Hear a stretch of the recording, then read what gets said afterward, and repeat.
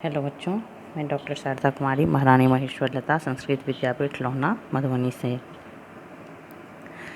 बच्चों, हम आज शास्त्री प्रथम खंड के लिए जो पूर्व में हमने पाठ उठा रखा है, जिसमें हम शक के बारे में अध्ययन किए थे कि शक जो है वो किस तरह से पश्चिमोत्तर भारत में उनका राज्य था और भारत के अन्य जगहों पर वो फैले, जो यूची लोगों से भयभीत होकर के वो दक्षिण की ओर बढ़ाए थे।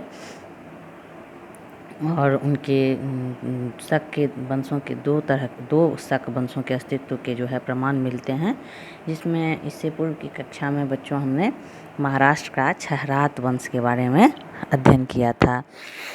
आज हम उसके दूसरे वंश शक का कार्दमक चस्टन वंश अथवा सौराष्ट्र और मालवा के शक क्षत्रप, उनके बारे में आज अध्ययन करेंगे और उस पर चर्चा करेंगे।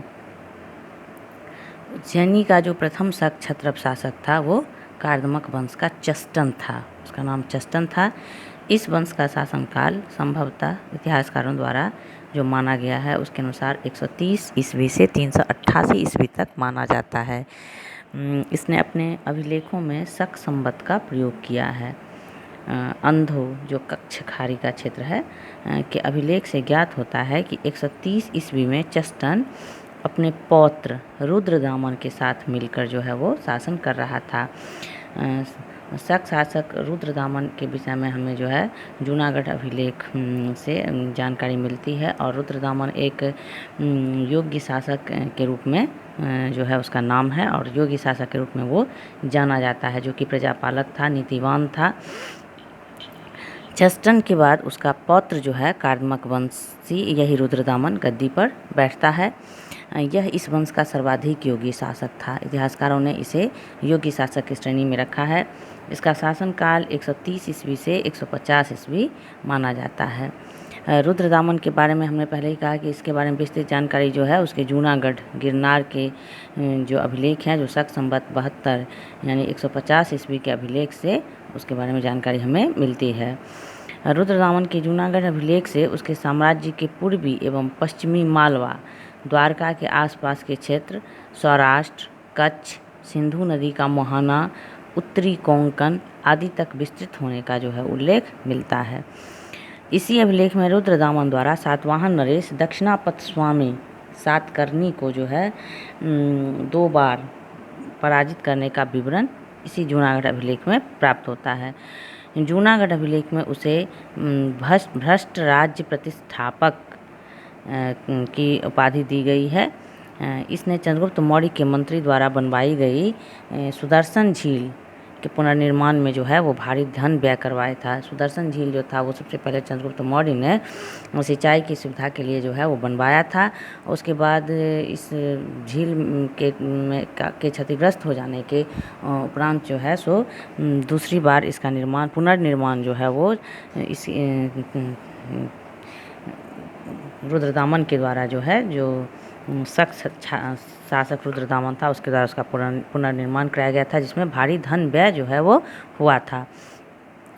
रुद्रदामन जो है उसके बारे में कहा जाता है कि वो कुशल राजनीतिज्ञ था। इसके अलावा जो है वो अपने प्रजाजनों का ध्यान रखने वाला था। संगीत एवं तर्कशास्त्र के क्षेत्र का विद्वान था खुद रुद्रदामन।